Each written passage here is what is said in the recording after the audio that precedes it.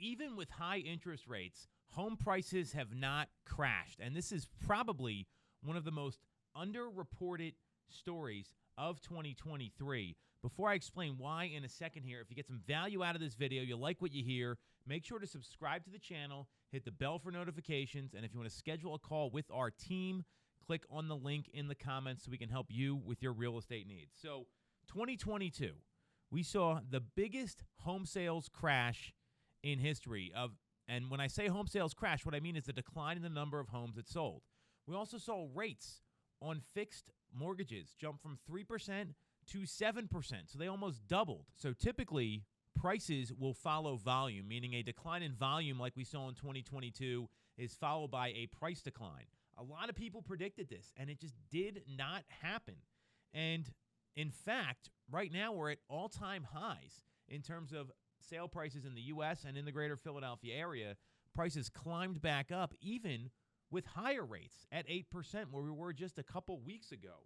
And the interesting thing about this as you dive into the data is that we saw the number of price cuts never went above the 2022 levels. So we didn't see a lot of sellers adjusting their prices because there's so much demand.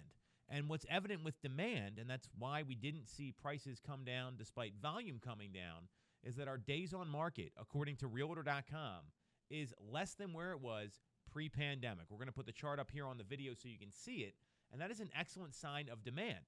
So when supply is low and demand is high, prices will continue to maintain high levels, which is exactly what we saw in 2023.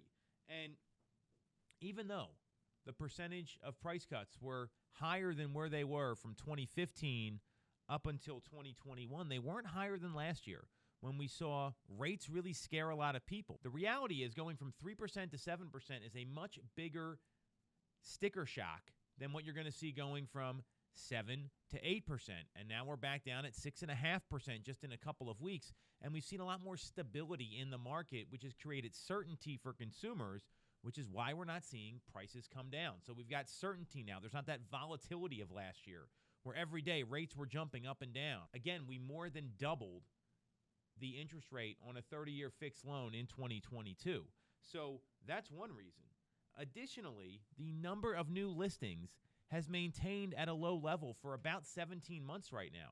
Sure, we've seen an 18.5% increase in inventory from November of 23 compared to November of 22, but we're still at historically low levels of new listings coming to the market, and that's been almost a year and a half of that same kind of baseline data where we're getting maybe 6,000, 10,000 new homes coming to the market nationally. What that does, that keeps supply low, and we see what's going on with demand. This is another reason why prices haven't come down despite the big drop in volume. And the third reason is the lock-in effect, because we have folks that are locked in at 3-4% loans, and they're happy to ride it out with a significantly lower monthly payment. So these things have been consistent. This is why we haven't seen prices come down despite higher rates than what we saw a couple years ago.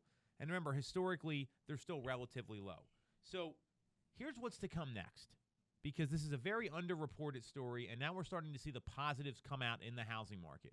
Rates are dropping. Prices are rising. People are able to negotiate terms instead of waiving everything and going exponentially higher than the asking price. We're seeing a normalization of the market.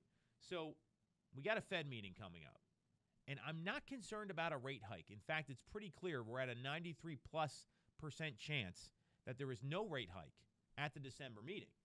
But we know what the Fed says matters, and I'm more worried about the comments than anything else, because right now, ING Economics is predicting we're going to see 4 rate cuts in 2024 and maybe a couple more in 2025 at 25 basis points a clip. So now it looks like rate cuts may be going the other way with the Fed. It really depends what Jerome Powell and the rest of the Federal Reserve say after the meeting, because that influences the market. Because they wouldn't even be talking about this if we didn't see inflation starting to normalize. We're not at 5 to 8% inflation anymore. It's come down substantially. We're in the 3s.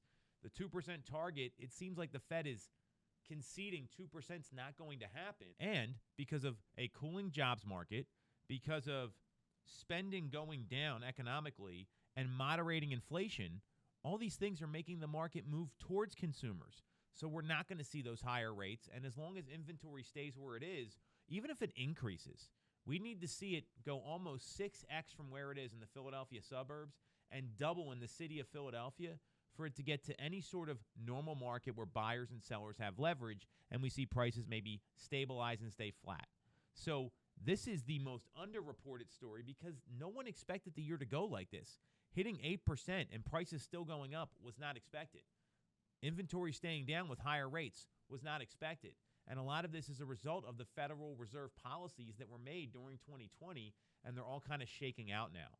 So the more this plays out, and whatever the Fed says this week is going to tell the tale for 2023, the good news here is prices aren't coming down and real estate is holding its value.